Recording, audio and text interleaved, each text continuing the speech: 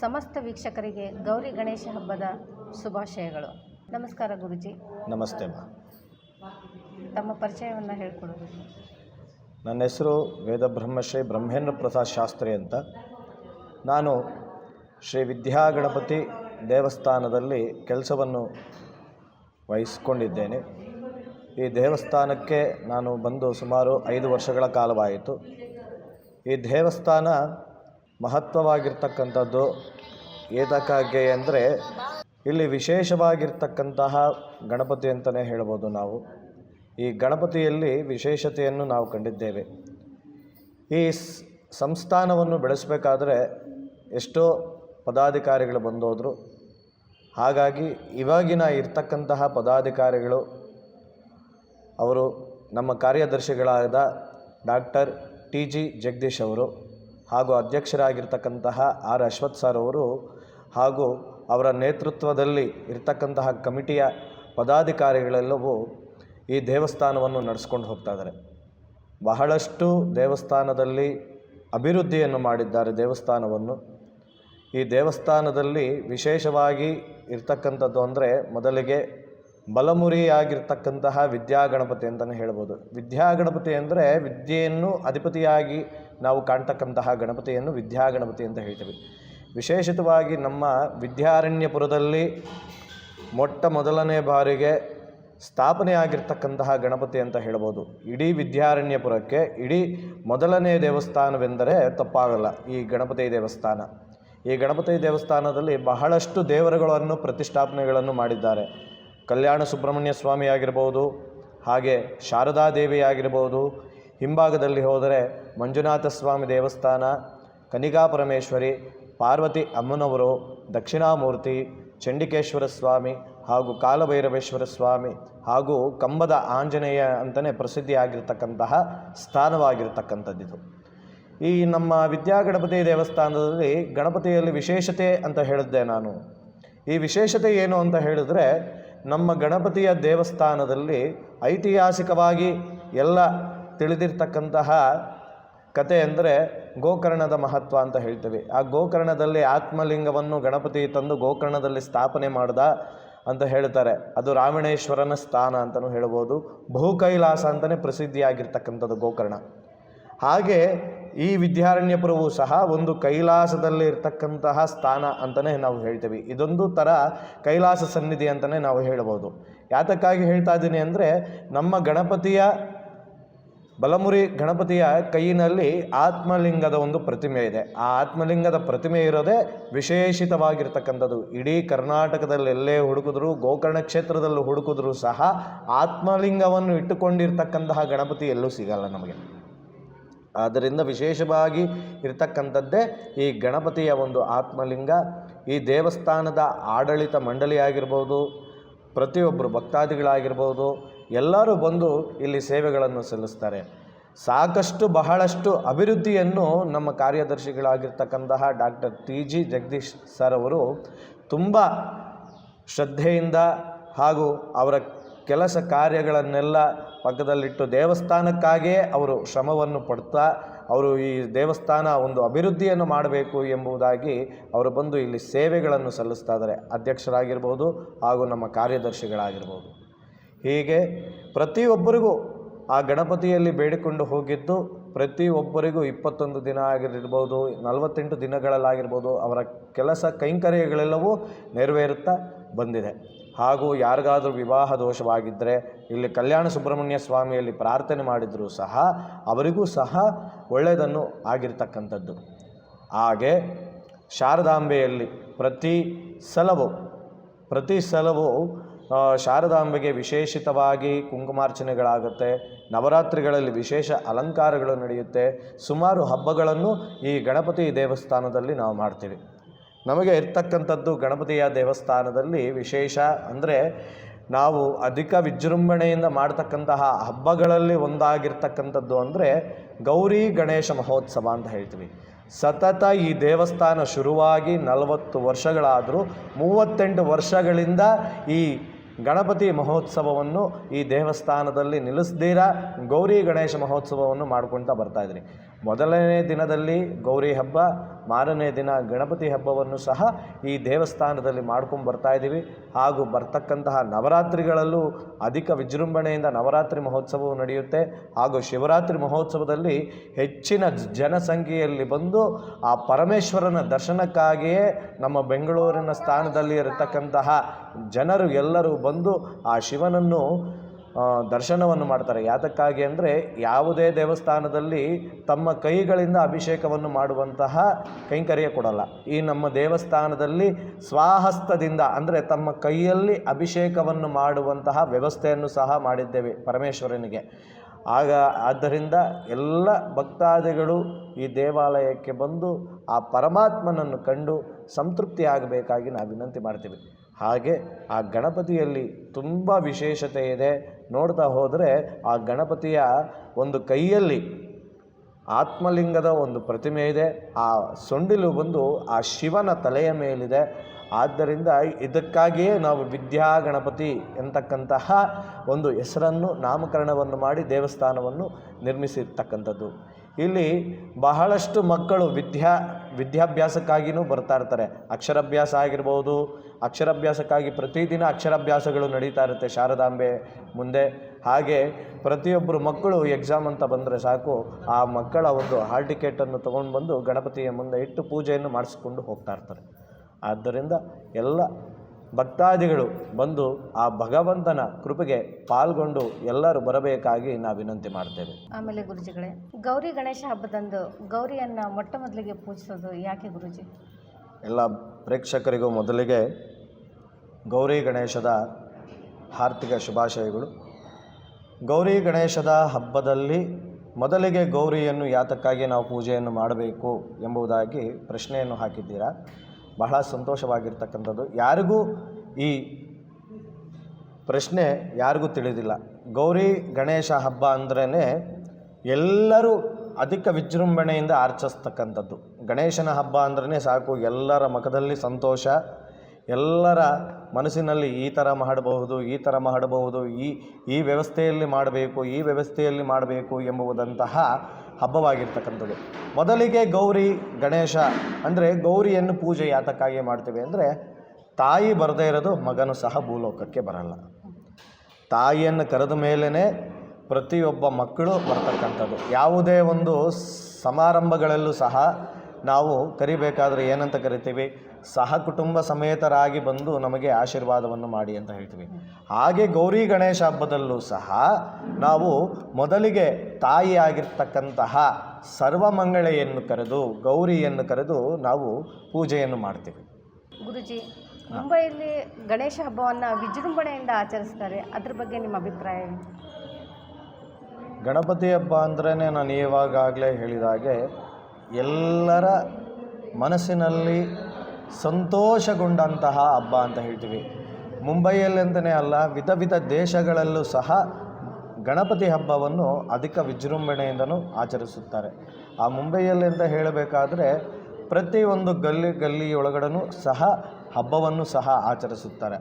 ಅದೇ ರೀತಿಯಾಗಿ ನಮ್ಮ ಬೆಂಗಳೂರಿನಲ್ಲಿ ತಗೊಂಡಾಗ ಇಲ್ಲೂ ಸಹ ಅಷ್ಟೇ, ಪ್ರತಿಯೊಂದು ದೇವಾಲಯದಲ್ಲಾಗಿರ್ಬೋದು, ಗಲ್ಲಿಗಳಲ್ಲಾಗಿರ್ಬೋದು ಈ ಹಬ್ಬವನ್ನು ಸಹ ಆಚರಣೆಯನ್ನು ಮಾಡ್ತಾ ಹೋಗ್ತಾ ಇರ್ತೀವಿ. ಅದಕ್ಕಾಗಿ ಗೌರಿ ಗಣೇಶವನ್ನು ಅಧಿಕ ವಿಜೃಂಭಣೆಯಿಂದ ನಾವು ಆಚರಿಸುತ್ತೇವೆ.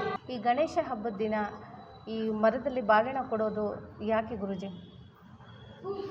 ಗಣೇಶ ಹಬ್ಬಕ್ಕೆ, ಗೌರಿ ಗಣೇಶ ಹಬ್ಬಕ್ಕೆ ಮರದ ಬಾಗಿಣವನ್ನು ಹೆಣ್ಣು ಮಕ್ಕಳು ಯಾತಕ್ಕಾಗಿ ಕೊಡಬೇಕು ಅಂದರೆ, ತಮ್ಮ ಮಾಂಗಲ್ಯ ಭಾಗ್ಯ ಚೆನ್ನಾಗಿರಲಿ ಎಂಬುವ ಉದ್ದೇಶವನ್ನು ಇಟ್ಟುಕೊಂಡು ಮುತ್ತೈದೆಯರಿಗೆ ಬಾಗಿಣವನ್ನು ಸಲ್ಲಿಸ್ತಕ್ಕಂಥದ್ದು. ಮೊದಲಿಗೆ ನಾವು ಗೌರಿಯ ಪೂಜೆಯನ್ನು ಮಾಡಿದ ಮೇಲೆ ತಾಯಿಗೆ ಒಂದು ಬಾಗಿಣವನ್ನು ಸಲ್ಲಿಸ್ತೇವೆ.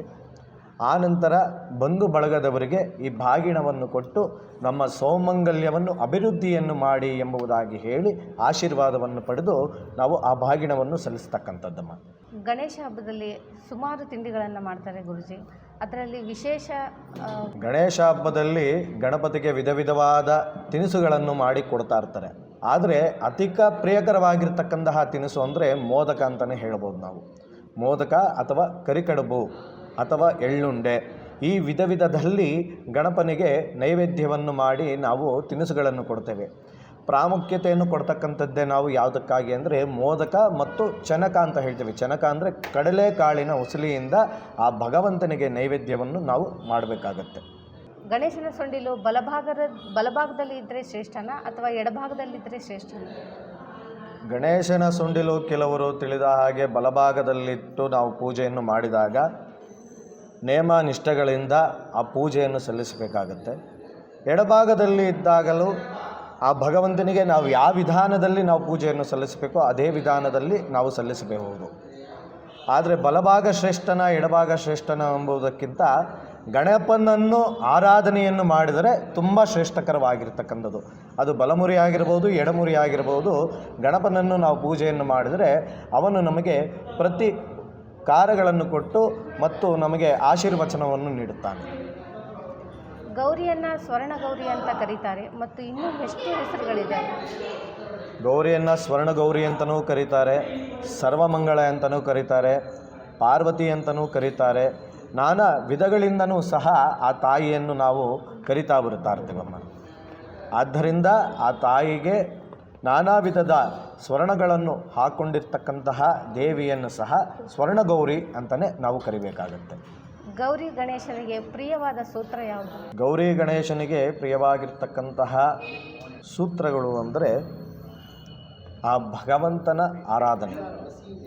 ಆರಾಧನೆಯನ್ನು ಯಾರು ನೇಮನಿಷ್ಠೆಗಳಿಂದ ಮಾಡುತ್ತಾರೆಯೋ ಅದೇ ಒಂದು ವಿಶಿಷ್ಟವಾಗಿರ್ತಕ್ಕಂತಹ ಸೂತ್ರ. ಈ ತಾಯಿ ಮಗನ ಒಂದು ಸಂಬಂಧ ಹೇಗಿರುತ್ತೆ ಅಂದರೆ ಅದೇ ಒಂದು ವಿಶೇಷವಾಗಿರ್ತಕ್ಕಂತಹ ಸೂತ್ರ ಅಂತ ಹೇಳ್ತೀವಿ. ಆ ಗಣಪನನ್ನು ಆ ತಾಯಿ ಸೃಷ್ಟಿಯನ್ನು ಮಾಡಿದ್ದಲಿಂದಲೇ ನಾವು ಇವಾಗ ಗಣೇಶನ ಹಬ್ಬ ಎಂಬುದಂಥದ್ದು ನಾವು ಆಚರಣೆಯನ್ನು ಮಾಡ್ತಕ್ಕಂಥದ್ದು. ಅದೇ ಒಂದು ವಿಶಿಷ್ಟವಾಗಿರ್ತಕ್ಕಂತಹ ಸೂತ್ರ ಆಗಿರ್ತದೆ. ಮರಳಿನ ಗೌರಿ ಶ್ರೇಷ್ಠ ಅಂತ ಹೇಳ್ತಾರೆ ಗುರುಜಿ, ಇದ್ರ ಬಗ್ಗೆ ತಮ್ಮ ಅಭಿಪ್ರಾಯ? ನಾವು ಗೌರಿ ಹಬ್ಬದಲ್ಲಿ ಮರಳಿನ ಗೌರಿಯನ್ನು ನಾವು ಪೂಜೆ ಮಾಡ್ತೀವಿ. ಯಾತಕ್ಕಾಗಿ ಅಂದರೆ ಬಹಳ ಶ್ರೇಷ್ಠಕರವಾಗಿರ್ತಕ್ಕಂಥದ್ದು ಮರಳಿನ ಗೌರಿ ಅಂತ. ಅದರಲ್ಲಿ ಒಂದು ಶಿಲೆಯನ್ನು ಇಟ್ಟು ಪರಮೇಶ್ವರ ಅಂತಲೂ ನಾವು ಆರಾಧನೆಯನ್ನು ಸಹ ಮಾಡ್ತೇವೆ. ಅದೇ ಗೌರಿ, ಮರಳಿನ ಗೌರಿ ಹಾಗೂ ಪರಮೇಶ್ವರ ಅಂತ. ಹಾಗೂ ಒಂದು ಕಳಶವನ್ನು ಇಟ್ಟು ಸಹ ನಾವು ಪೂಜೆಯನ್ನು ಮಾಡ್ತೀವಿ. ಒಂದು ಬಿಂಬವನ್ನು ಇಟ್ಟು ಸಹ ಪೂಜೆಯನ್ನು ಮಾಡ್ತೇವೆ. ಅದಕ್ಕೆ ಸ್ವರ್ಣಗೌರಿ ಅಂತಲೂ ನಾವು ಕರಿತೇವೆ. ಬಿಂಬವನ್ನು ಇಟ್ಟಾಗ ಸ್ವರ್ಣಗೌರಿ, ಕಳಶದಲ್ಲಿಟ್ಟಾಗ ಕಳಶಗೌರಿ, ಹಾಗೂ ಮರಳಿನಲ್ಲಿ ನಾವು ಪೂಜೆಯನ್ನು ಮಾಡಿದಾಗ ಮರಳಿನ ಗೌರಿ ಅಂತ ಹೇಳ್ತೇವೆ. ಆ ಮರಳಿನ ಗೌರಿಯಲ್ಲೇ ಮೊದಲಿಗೆ ಐತಿಹಾಸಿಕದಿಂದಲೂ ಮಾಡ್ಕೊತ ಬರ್ತಕ್ಕಂಥದ್ದು ಆ ಮರಳಿನ ಗೌರಿ ಮುಖಾಂತರವಾಗಿ ಈ ಗೌರಿ ಹಬ್ಬವನ್ನು ಮಾಡ್ತಕ್ಕಂಥದ್ದು. ಇದು ಬಹಳ ಶ್ರೇಷ್ಠಕರವಾಗಿರ್ತಕ್ಕಂತಹ ಮರಳಿನ ಗೌರಿ ಎಂಬುವುದು ನಾವು ಹೇಳ್ತೇವೆ. ಗೌರಿ ಗಣೇಶ ಹಬ್ಬವನ್ನು ಆಚರಿಸುವ ವಿಧಿವಿಧಾನಗಳನ್ನು ಸ್ವಲ್ಪ ತಿಳಿಸ್ತೀರಾ? ಗೌರಿ ಗಣೇಶ ಹಬ್ಬದ ವಿಧಿವಿಧಾನಗಳು ಹೇಗೆ ಎಂಬುದಾಗಿ ಹೇಳಬೇಕಾದರೆ, ಒಂದು ಸಲ 2 ದಿನ ಬರ್ತಕ್ಕಂತಹ ಹಬ್ಬ ಆಗಿರುತ್ತೆ. ಮೊದಲನೇ ದಿನ ಗೌರಿ ಹಬ್ಬ, ಆನಂತರ ಗಣಪತಿ ಹಬ್ಬ ಬರುತ್ತೆ. ಅಥವಾ 2 ಒಂದೇ ಸಲ ಬರ್ತಕ್ಕಂಥದ್ದು ಸಹ ಆಗಿರುತ್ತೆ. ಈ ಮಾಡುವಂತಹ ವಿಧಿವಿಧಾನ ಹೇಗೆ ಅಂದರೆ, ಗೌರಿಯನ್ನು ನಾವು ಪೂಜೆಯನ್ನು ಮಾಡಬೇಕಾದರೆ ಮನೆಯಲ್ಲಿ ಒಂದು ಬೆಳ್ಳಿಯ ತಟ್ಟೆ, ರಜತ ತಟ್ಟೆಯಲ್ಲಿ ಕಪ್ಪು ವಸ್ತ್ರವನ್ನು ಹಾಕಿ ಅದರಲ್ಲಿ ಮರಳನ್ನು ಇಟ್ಟು, ಅದರಲ್ಲಿ ಒಂದು ಶಿಲೆಯನ್ನು ಇಟ್ಟು, ಕಳಶ ಕನ್ನಡಿಗಳನ್ನು ಇಟ್ಟು, ಸ್ವರ್ಣಗೌರಿಯ ಪ್ರತಿಬಿಂಬವನ್ನು ಇಟ್ಟು ಪೂಜೆಯನ್ನು ಮಾಡ್ತೀವಿ. ಇದು ಮಾಡ್ತಕ್ಕಂತಹ ಗೌರಿಯ ಪೂಜೆಯಲ್ಲಿ ವಿಧಾನವಾಗಿರುತ್ತೆ. ಆ ತಾಯಿಗೆ ಏನು ನಾವು ಪೂಜೆಯನ್ನು ಸಲ್ಲಿಸಬೇಕು, ಆವರಣ ಪೂಜೆ, ಪೀಠಾದಿ ಪೂಜೆಗಳು, ನಾಮಾರ್ಚನೆಗಳು, ಅಷ್ಟೋತ್ತರಗಳನ್ನೆಲ್ಲ ಸಲ್ಲಿಸಿ ಆನಂತರವಾಗಿ ಆ ಗೌರಿಗೆ ಆರತಿಯನ್ನು ಮಾಡ್ತೀವಿ. ವಿಧಿವಿಧಾನಗಳಿಂದ ಮನೆಯಲ್ಲಿ ಮಾಡಿರ್ತಕ್ಕಂತಹ ಅಡುಗೆ ತಿಂಡಿ ತಿನಿಸುಗಳನ್ನು ತಂದು ಆ ದೇವರ ಮುಂದೆ ಇಟ್ಟು ನೈವೇದ್ಯವನ್ನು ಮಾಡಿ ಮನೆಯವರೆಲ್ಲರೂ ಭುಂಜಿಸುತ್ತಾರೆ. ಇದು ಗೌರಿ ಹಬ್ಬವಾಗಿರ್ತಕ್ಕಂಥದ್ದು. ಹಾಗೆ ಗಣಪತಿ ಪೂಜೆಯನ್ನು ಮಾಡಬೇಕಾದರೆ ಈ ಮೊದಲಿಗೆ ಗೌರಿಯನ್ನು ಮಹಿಳೆಯರೇ ಮಾಡಬೇಕು, ಮುತ್ತೈದೆಯರೇ ಮಾಡಬೇಕಾಗಿರ್ತಕ್ಕಂಥದ್ದು. ಅಂದರೆ ದಾಂಪತ್ಯ ಜೀವನ ಅವರಿಗೆ ಚೆನ್ನಾಗಿರಲಿ ಎಂಬುವಂತಹ ಭಾವವನ್ನು ಇಟ್ಟುಕೊಂಡು ಈ ಗೌರಿಯ ಒಂದು ಪೂಜೆಯನ್ನು ಮಾಡುತ್ತಾರೆ. ಪ್ರತಿ ಶ್ರಾವಣ ಮಾಸದಲ್ಲಿ ಮಂಗಳಗೌರಿಯ ಪೂಜೆಗಳನ್ನು ಮಾಡ್ತಾರೆ. ಮಂಗಳವಾರವೊಂದು ಮಂಗಳಗೌರಿ ಪೂಜೆಯನ್ನು ಮಾಡಿ, ಯಾವಾಗ ಶ್ರಾವಣ ಮಾಸದಲ್ಲಿ ಅವರಿಗೆ ಆಗಿಲ್ವೋ ಮಂಗಳಗೌರಿ ಪೂಜೆಯನ್ನು ಮಾಡಲಿಕ್ಕೆ ಈ ಗೌರಿ ಹಬ್ಬದ ದಿನದಂದು ಆ ಪೂಜೆಯನ್ನು ಮಾಡಿ ಅರಿಶಿಣದ ಗೌರಿಯನ್ನು ಸಹ ವಿಸರ್ಜನೆಯನ್ನು ಮಾಡ್ತಾರೆ ಗೌರಿಯ ಜೊತೆಗೆ. ಹಾಗೆ ಗಣಪನನ್ನು ಪೂಜಿಸಬೇಕಾದರೆ ನಾವು ಗಂಡಸರೆಲ್ಲ ಕೆಂಪು ವಸ್ತ್ರಗಳನ್ನು ಧರಿಸಿ, ಕೆಂಪು ಗಂಧವನ್ನು ಧರಿಸಿ, ಆ ಭಗವಂತನಿಗೆ ಎಲ್ಲ ಕೆಂಪು ಪುಷ್ಪಗಳಿಂದಲೇ ನಾವು ಅರ್ಚನೆ ಮಾಡಬೇಕಾಗಿರುತ್ತೆ. ಆದ್ದರಿಂದ ಆ ಗಣಪನಲ್ಲಿ ನಾವು ಒಂದು ಶ್ಲೋಕವನ್ನು ಹೇಳ್ತೇವೆ. ಏನಂತ ಹೇಳ್ತೇವೆ ಅಂದರೆ, ರಕ್ತಂ ಲಂಬೋದರಂ ಶೂರ್ಪಕರ್ಣಕಂ ರಕ್ತಭಾಸಸಂ ರಕ್ತಗಂಧಾನುಲಿಪ್ತಾಂಗಂ ರಕ್ತಪುಷ್ಪೈಸು ಪೂಜಿತಂ ಅಂತ ಹೇಳ್ತೇವೆ. ಅಂದರೆ ರಕ್ತವರ್ಣಂ ಅಂದರೆ ಕೆಂಪು ವರ್ಣರಾಗಿರ್ತಕ್ಕಂಥದ್ದು. ಕೆಲವರು ಏನಂತಾರೆ, ಸ್ವಾಮಿಗಳು ರಕ್ತವರ್ಣಂ ಅಂತ ಶ್ಲೋಕ ಹೇಳ್ತಾ ಇದ್ದಾರೆ, ಇಲ್ಲಿ ರಕ್ತ ಎಲ್ಲಿಂದ ಬಂತು ಅಂತ ಕೇಳ್ತಾರೆ. ಸಂಸ್ಕೃತದಲ್ಲಿ ರಕ್ತವರ್ಣ ಅಂದರೆ ಕೆಂಪು ವರ್ಣ ಅಂತ ಹೇಳ್ತೀವಿ. ಈ ಕೆಂಪು ವರ್ಣಗಳಿಂದಲೇ ಆ ಭಗವಂತನಿಗೆ ಕೆಂಪು ವಸ್ತ್ರವನ್ನು ಹಾಕಿ, ಕೆಂಪು ಜನವಾರವನ್ನು ಹಾಕಿ, ಕೆಂಪು ಗೆಜ್ಜೆ ವಸ್ತ್ರಗಳಿಂದ, ಕೆಂಪು ಅಕ್ಷತೆಗಳಿಂದ, ಕೆಂಪು ನಾಮಗಳಿಂದ ಹಾಗೂ ಎಲ್ಲ ನಾನಾ ವಿಧ ಪುಷ್ಪಗಳಿಂದ ಪೂಜೆಯನ್ನು ಮಾಡಿ ಆ ಭಗವಂತನನ್ನು ಧ್ಯಾನಗಳನ್ನು ಮಾಡ್ತೀವಿ. 21 ತರಹದ ತಿಂಡಿ ತಿನಿಸುಗಳನ್ನು ಭಗವಂತನ ಮುಂದೆ ಇಟ್ಟು ನೈವೇದ್ಯವನ್ನು ಮಾಡಿ, ಆ ನಂತರ ಆರತಿಯನ್ನು ಮಾಡಿ ಆ ಭಗವಂತನಲ್ಲಿ ನಾವು ಸೇವೆಗೆ ಒಳಗಾಗ್ತೀವಿ. ಇದು ಗೌರಿ ಮತ್ತು ಗಣೇಶನ ಪೂಜೆ ವಿಧಾನವಾಗಿರ್ತಕ್ಕಂಥದ್ದು.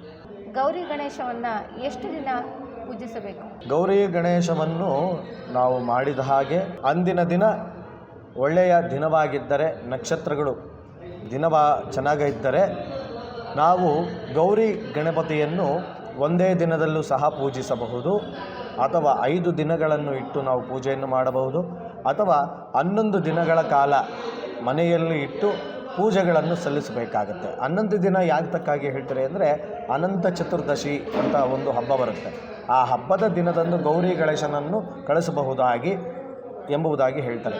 ಅಥವಾ 5 ದಿನದಲ್ಲಿ ನಕ್ಷತ್ರವೇನಾದರೂ ಚೆನ್ನಾಗಿದ್ದರೆ ಆ ನಕ್ಷತ್ರದಲ್ಲಿಯೂ ಸಹ ಆ ಗೌರಿ ಗಣೇಶನನ್ನು ವಿಸರ್ಜನೆಯನ್ನು ಮಾಡಬಹುದು, ಅಥವಾ 3ನೇ ದಿನದಲ್ಲಿ 5 ದಿನಗಳಲ್ಲಿ ವಿಸರ್ಜನೆಗಳನ್ನು ಸಹ ಮಾಡಬಹುದಾಗಿರುತ್ತೆ. ಉಪ್ಪಕ್ಕೆ ಇಡುವ ಶಾಸ್ತ್ರ ಅಂದರೆ ಏನು? ಇದರ ವಿಶೇಷತೆ ಏನು ಗುರುಜಿ? ಸಾಮಾನ್ಯವಾಗಿ ಉಪ್ಪಕ್ಕೆ ಇಡುವ ಶಾಸ್ತ್ರ ಅಂದರೆ ದೇವರಿಗೆ ಮಡಿಲನ್ನು ತುಂಬುವಂತಹ ಶಾಸ್ತ್ರ ಅಂತ ಹೇಳ್ತೀವಿ. ತಾಯಿಯನ್ನು ನಾವು ಕಳಿಸ್ಬೇಕಾದ್ರೆ ಬರೀ ಕೈಯಲ್ಲಿ ನಾವು ಕಳಿಸೋಕ್ಕಾಗಲ್ಲ. ಆದ್ದರಿಂದ ಅಂದಿನ ಕಾಲದಲ್ಲಿ ನಾವು ಏನು ಮಾಡ್ತಾಯಿದ್ರಿ, ಮದುವೆ ಮಾಡಬೇಕಾದ್ರೆ ಗುತ್ತಿ ಅಂತ ಹೇಳ್ತೀವಿ. ಅಂದರೆ ತಿಂಡಿ ತಿನಿಸುಗಳನ್ನು ಕೊಟ್ಟು ಆ ಹೆಣ್ಣು ಮಗಳಿಗೆ ಕೊಟ್ಟು ನಾವು ಮನೆಗೆ ಕಳಿಸ್ತಾ ಇರ್ತೀವಿ. ಅದೇ ಮಡಿಲಕ್ಕಿನ ಶಾಸ್ತ್ರ ಅಂತ ಹೇಳ್ತೀವಿ. ಆ ಗೌರಿ ದೇವಿಗೂ ಅಷ್ಟೇ, ನಾವು ಅಕ್ಕಿ, ಬೆಲ್ಲ, ಒಣಕೊಬ್ಬರಿ ಬಟ್ಲು, ಕಡಲೆ ಪಪ್ಪು, ಹುರುಗಡ್ಲೆ ಇವನ್ನೆಲ್ಲ ಇಟ್ಟು, ಬಳೆ ಎಲ್ಲವನ್ನು ಇಟ್ಟು ಆ ತಾಯಿಗೆ ಮಡಿಲಕ್ಕಿಯ ಶಾಸ್ತ್ರವನ್ನು ಮಾಡಿ ತನ್ನ ಗಂಡನ ಮನೆಗೆ ಕಳಿಸ್ತಕ್ಕಂಥದ್ದು. ಇದೇ ಉಪ್ಪಕ್ಕಿಯ ಶಾಸ್ತ್ರ. ಅಂದರೆ ಸೌಮಂಗಲ್ಯ ಅಭಿವೃದ್ಧಿಯನ್ನು ಮಾಡುತ್ತೆ. ಈ ಮಡಿಲಕ್ಕಿ ಇಡೋದ್ರಿಂದ ಏನಂದರೆ ಹೆಣ್ಣಿನ ಸಂತತಿಯನ್ನು ಜಾಸ್ತಿಯನ್ನು ಮಾಡ್ತಕ್ಕಂಥದ್ದು ಈ ಮಡಿಲಕ್ಕಿ ಶಾಸ್ತ್ರವೇ ಬಂದು ಹೆಣ್ಣಿಗಾಗಿಯೇ ಮಾಡ್ತಕ್ಕಂತಹ ಶಾಸ್ತ್ರ ಅಂತ ಹೇಳ್ತಾರೆ. ಗೌರಿ ಗಣೇಶ ಹಬ್ಬದ ಪೌರಾಣಿಕ ಮಹತ್ವವನ್ನು ತಿಳಿಸ್ಕೊಡ್ತೀರಾ? ಗೌರಿ ಗಣೇಶದ ಮಹತ್ವ ಏನಂದರೆ, ವಿಶಿಷ್ಟವಾಗಿರ್ತಕ್ಕಂತಹ ಮಹತ್ವವೆಂದರೆ ಸ್ವರ್ಣಗೌರಿಯನ್ನು ಪೂಜೆ ಮಾಡ್ತಕ್ಕಂಥದ್ದು. ನಮಗೆ ಆಯುಷ್ಯು, ಆರೋಗ್ಯ, ದೀರ್ಘ ಎಲ್ಲ ಕೊಡಲಿ ಎಂಬುವಂತಹ ಉದ್ದೇಶವನ್ನು ಇಟ್ಟುಕೊಂಡು ಮಾಡ್ತಕ್ಕಂತಹ ಪೂಜೆಯನ್ನು ಗೌರಿಯ ಮಹತ್ವವಾಗಿರ್ತಕ್ಕಂಥದ್ದು. ಹಾಗೆ ಗಣಪತಿಯನ್ನು ಯಾತಕ್ಕಾಗಿ ಪೂಜೆ ಮಾಡ್ತಾರೆ ಅಂದರೆ, ನಮ್ಮ ಕೈಂಕರ್ಯಗಳೆಲ್ಲ ನಿಂತು ಹೋಗಿರುತ್ತೆ. ಆ ನಿಂತು ಹೋಗಿರತಕ್ಕಂತಹ ಕೈಂಕರ್ಯಗಳನ್ನೆಲ್ಲ ನೆರವೇರಿಸಿಕೊಡಪ್ಪ, ನಿರ್ವಿಘ್ನವಾಗಿ ಮಾಡಿಕೊಡಪ್ಪ ಎಂಬುದಾಗಿಯೇ ಹೇಳ್ತಕ್ಕಂಥದ್ದು. ಈ ಗೌರಿ ಮತ್ತು ಗಣೇಶನ ಮಹತ್ವವೇ ಈ ಒಂದು ನಾವು ಬೇಡಿಕೊಳ್ಳತಕ್ಕಂಥದ್ದೇ ಮಹತ್ವವಾಗಿರ್ತಕ್ಕಂಥದ್ದು. ಗಣೇಶನ ಬಾಲ್ಯದ ಬಗ್ಗೆ ಸಂಕ್ಷಿಪ್ತವಾದ ಮಾಹಿತಿಯನ್ನು ಕೊಡ್ತೀರಾ ಗುರುಜಿ? ಗಣೇಶನ ಬಾಲ್ಯದ ಬಗ್ಗೆ ಹೇಳಬೇಕಾದರೆ, ಗಣೇಶ ಹೇಗೆ ಬಂದ ಎಂಬುದಾಗಿ ಮೊದಲಿಗೆ ತಿಳಿಸ್ತೇನೆ. ಪುರಾಣದಲ್ಲಿ ಹೇಳತಕ್ಕಂಥದ್ದು, ಕೃತಯುಗದಲ್ಲಿ ಪಾರ್ವತಿ ಪರಮೇಶ್ವರನ ಪುತ್ರನಾಗಿರ್ತಕ್ಕಂಥವನು ವಿಘ್ನೇಶ್ವರ ಅಂತ ಹೇಳ್ತೀವಿ. ಈ ವಿಘ್ನೇಶ್ವರ ಹೇಗೆ ಬಂದ ಎಂಬುದಾಗಿ ಹೇಳಬೇಕಾದರೆ, ಒಂದಾನೊಂದು ದಿನದಲ್ಲಿ ಪಾರ್ವತೀ ದೇವಿಯು ಸ್ನಾನಗೃಹಕ್ಕೆ ಹೊರಟಿರ್ತಾಳೆ. ಅಲ್ಲಿ ನಂದಿ ಕಾವಲನ್ನು ಇರಿಸಿ ಸ್ನಾನಗೃಹಕ್ಕೆ ಹೋಗಿ ಸ್ನಾನವನ್ನು ಮಾಡಬೇಕಾದರೆ ಪರಮೇಶ್ವರ ಕೈಲಾಸದಿಂದ ಸ್ನಾನಗೃಹಕ್ಕೆ ಬರ್ತಾನೆ. ಬಂದಾಗ ಆ ಪರಮೇಶ್ವರನ್ನು ತಡೆಯುವಂತಹ ಶಕ್ತಿ ಯಾವ ದೇವಾನುದೇವತೆಗಳಿಗೂ ಸಹ ಇರೋಲ್ಲ, ಆ ನಂದಿಗೂ ಸಹ ಇರಲ್ಲ. ಆಗ ನಂದಿ ಪರಮೇಶ್ವರ ಬಂದ ಎಂಬುವ ಕೂಡಲೇ ಸ್ನಾನಗೃಹದಲ್ಲಿ ಪರಮೇಶ್ವರನನ್ನು ಕಳಿಸ್ತಾನೆ. ಆಗ ಪಾರ್ವತೀ ದೇವಿಯು ಒಂದು ಆಲೋಚನೆಯನ್ನು ಮಾಡಿ ಗಂಧವನ್ನು ತೇದು, ತನ್ನ ಬೆವರಿನಿಂದ ಗಂಧವನ್ನು ತೇದು ಆ ಗಂಧದಲ್ಲಿ ಸುಂದರವಾಗಿರ್ತಕ್ಕಂತಹ ಮೂರ್ತಿಯನ್ನು ತಯಾರಿಸಿ ಆ ಬೊಂಬೆಗೆ ಜೀವವನ್ನು ಕೊಟ್ಟು ಅದಕ್ಕೆ ಗಣಪ ವಿಘ್ನೇಶ್ವರ ಎಂಬುವಂತಹ ಹೆಸರನ್ನು ಇಟ್ಟು ನಾಮಕರಣವನ್ನು ಸಹ ಮಾಡುತ್ತಾಳೆ. ಆ ಗಣೇಶನಿಗೆ ಒಂದು ಆಜ್ಞೆಯನ್ನು ನೀಡುತ್ತಾಳೆ ತಾಯಿಯಾಗಿರ್ತಕ್ಕಂಥವಳು. ನಾನು ಸ್ನಾನಗೃಹಕ್ಕೆ ಹೋಗುತ್ತೇನೆ, ಇಲ್ಲಿ ಯಾರೇ ಬಂದರೂ ಸಹ ನೀನು ಬಿಡಬಾರದು ಎಂಬುವ ಮಾತನ್ನು ಆ ಗಣಪತಿಗೆ ಹೇಳುತ್ತಾಳೆ. ಆ ಗಣಪತಿ ತಾಯಿ ಮಾತಿಗೆ ತಪ್ಪದೆ ಬಾಗಿಲಲ್ಲೇ ನಿಂತುಕೊಂಡು ಕಾವಲು ಕಾಯುತ್ತಿರುತ್ತಾನೆ. ಆಗ ಪರಮೇಶ್ವರ ಬರುತ್ತಾರೆ. ಪರಮೇಶ್ವರ ಬಂದರೂ ಸಹ ಬಿಡಲ್ಲ. ಆಗ ಪರಮೇಶ್ವರ ಕೋಪಗ್ರಸ್ತನಾಗ್ತಾನೆ. ಆಗ ನಂದಿ ಬಂದು ಹೇಳುತ್ತಾನಂತೆ, ಬಾಲಕ, ಅವನಿಗೆ ನಾನು ಬುದ್ಧಿಯನ್ನು ಹೇಳುತ್ತೇನೆ, ಇರಿ ಪರಮೇಶ್ವರ, ನೀವು ಕೋಪಗೊಳ್ಳಬೇಡಿ ಎಂಬುದಾಗಿ ಹೇಳುತ್ತಾನೆ. ಆಗ ನಂದಿ ಬಂದು ಹೇಳಿದರೂ ಸಹ ಬಿಡುವುದಿಲ್ಲ. ಅದು ಯಾರೇ ಆಗಲಿ, ತಾಯಿ ಆಜ್ಞೆ ಆಗಿದೆ, ನಾನು ಯಾರನ್ನು ಸಹ ನಾನು ಒಳಗಡೆ ಬಿಡುವುದಿಲ್ಲ ಎಂಬುದಾಗಿ ಗಣಪತಿ ಹೇಳುತ್ತಾನೆ. ಆಗ ಪರಮೇಶ್ವರನಲ್ಲಿ ಮತ್ತು ಗಣಪತಿಯಲ್ಲಿ ಯುದ್ಧವು ನಡೆಯುತ್ತೆ. ಯುದ್ಧವು ನಡೆದಾಗ ಆ ಯುದ್ಧದಲ್ಲಿ ಬಹಳಷ್ಟು ಕೋಪಗೊಂಡು ಪರಮೇಶ್ವರ ತನ್ನ ತ್ರಿಶೂಲದಿಂದ ಆ ಬಾಲಕನ ಶಿರಸ್ಸನ್ನು ಛೇದನವನ್ನು ಮಾಡುತ್ತಾನೆ.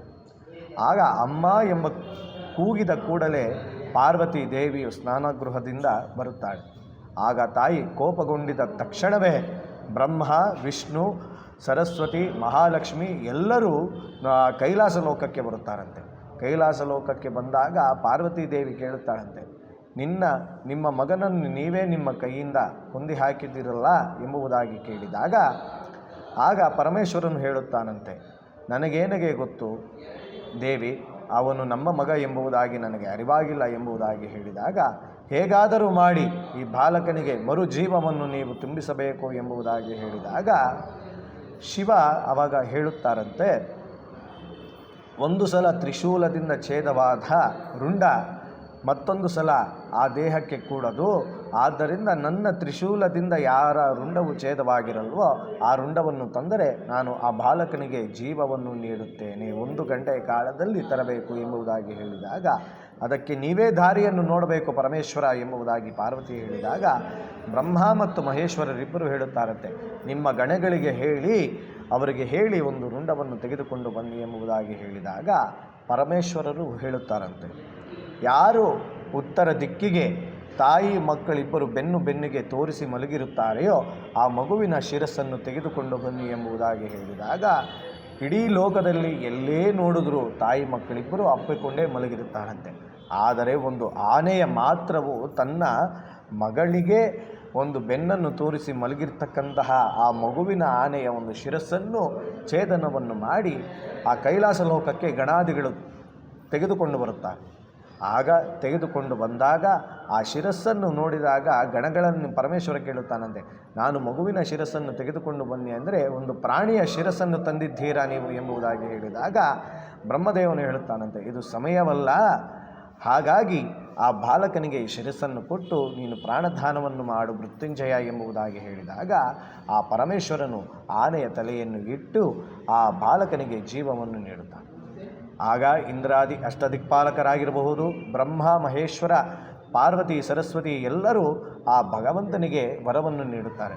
ನೀನು ವಿದ್ಯಾಧಿಪತಿ, ಬುದ್ಧಿಗೆ ಅಧಿಪತಿ, ಸಕಲ ಕಾರ್ಯಗಳಿಗೆ ಕಾರಕನೂ ನೀನೇ ಎಂಬುದಾಗಿ ಹೇಳಿದಾಗ ಪರಮೇಶ್ವರನು ಪ್ರಾಮುಖ್ಯತೆಯನ್ನು ಕೊಡುತ್ತಾನಂತೆ.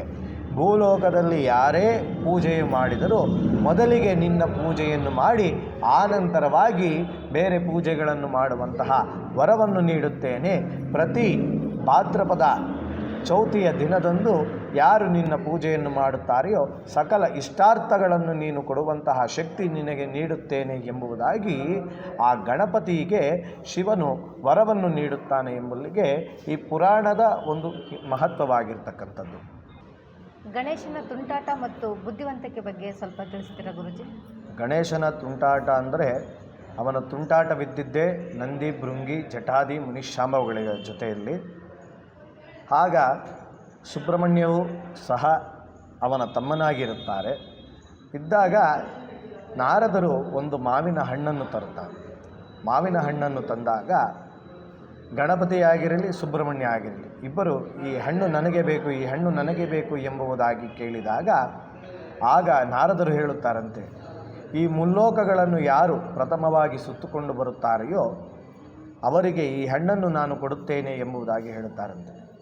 ಆಗ ಹೇಳಿದಾಗ ಸುಬ್ರಹ್ಮಣ್ಯ ಸ್ವಾಮಿಯು ನವಿಲನ್ನು ಹಾಕಿಕೊಂಡು ಇಡೀ ಲೋಕವನ್ನು ಸುತ್ತಿಕೊಂಡು ಬರುತ್ತಾನಂತೆ. ಒಂದು ಸುತ್ತು ಬಂದಾಗ ಗಣಪತಿ ಅಲ್ಲೇ ಇರುತ್ತಾನೆ, ಇನ್ನೊಂದು ಸುತ್ತು ಬಂದಾಗೂ ಸಹ ಗಣಪತಿಯು ಅಲ್ಲೇ ಇರುತ್ತಾನೆ. ಮೂರನೇ ಸುತ್ತು ಬರೋಷ್ಟರಲ್ಲಿ ತಂದೆ ತಾಯಿಗೆ ಗಣಪತಿಯಾಗಿರ್ತಕ್ಕಂಥವನು ಅಲ್ಲೇ 3 ಪ್ರದಕ್ಷಿಣೆಯನ್ನು ಹಾಕಿ ಸಾಷ್ಟಾಂಗ ನಮಸ್ಕಾರವನ್ನು ಮಾಡಿ ಆ ಫಲವನ್ನು ತೆಗೆದುಕೊಳ್ಳುತ್ತಾನಂತೆ.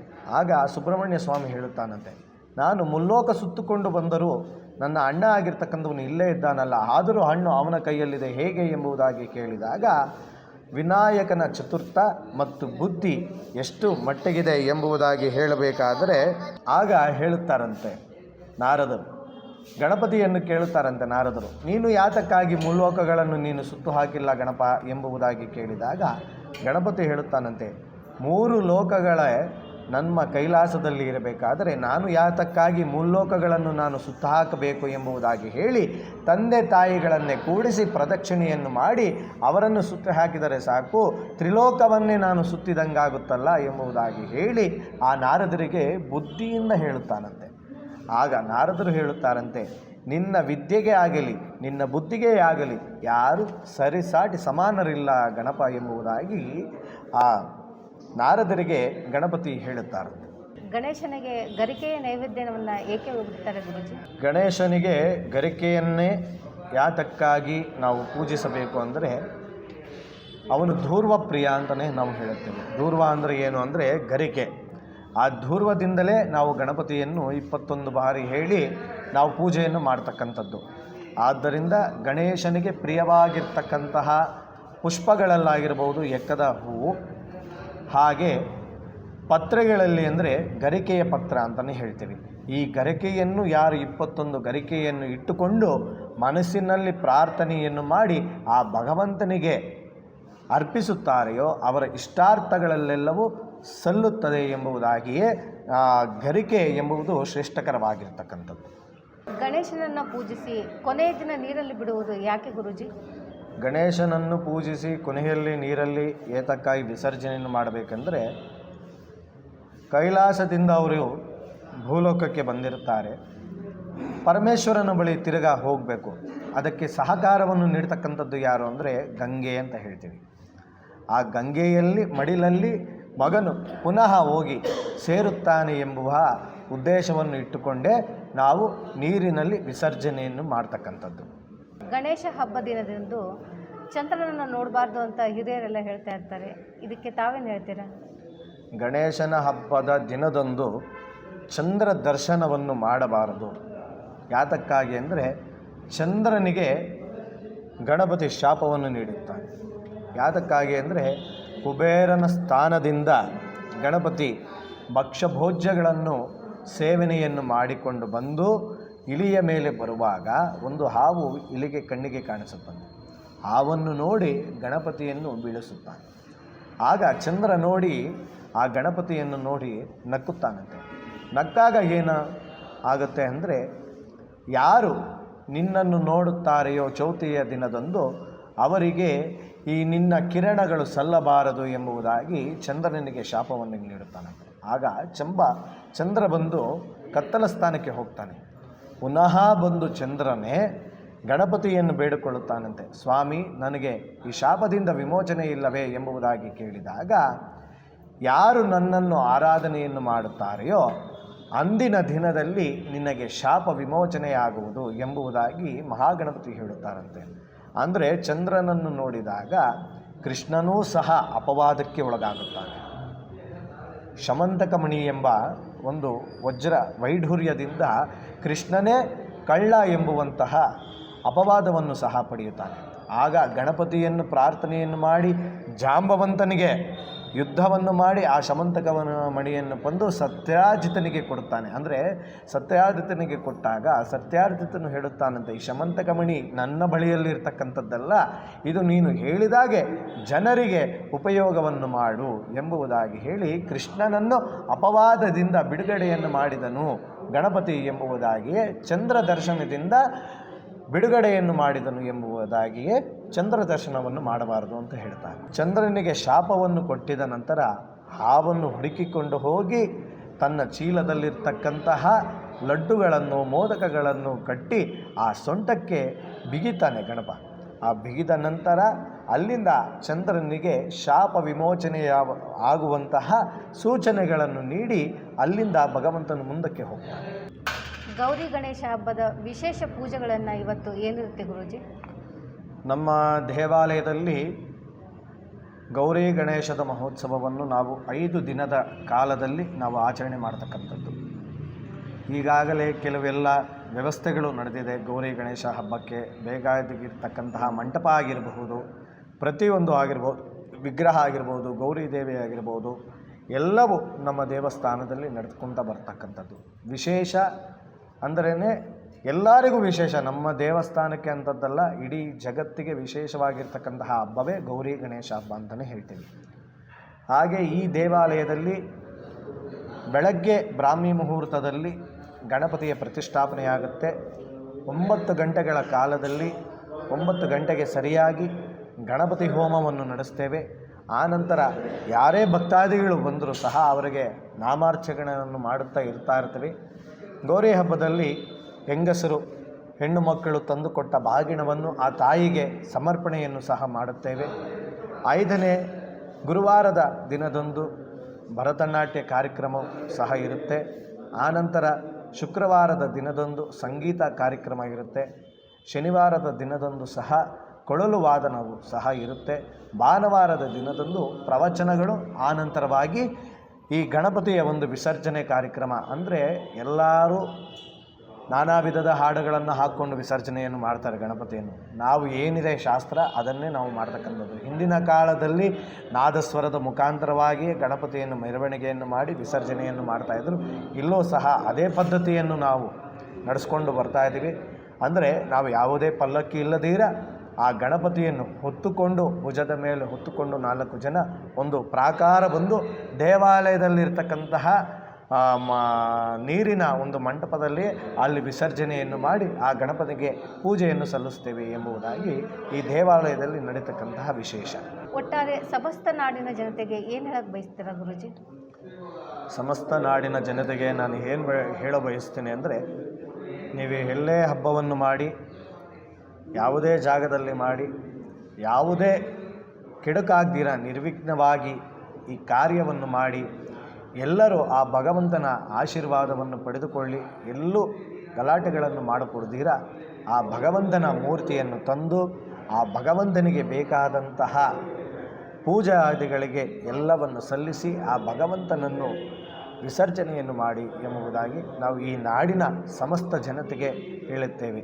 ಧನ್ಯವಾದಗಳು. ಗೌರಿ ಗಣೇಶ ಹಬ್ಬದ ಬಗ್ಗೆ ಇಷ್ಟೊತ್ತು ನಮಗೆ ಮಾಹಿತಿ ಕೊಟ್ಟಿದ್ದಕ್ಕೆ ಧನ್ಯವಾದಗಳು. ಧನ್ಯವಾದಗಳು.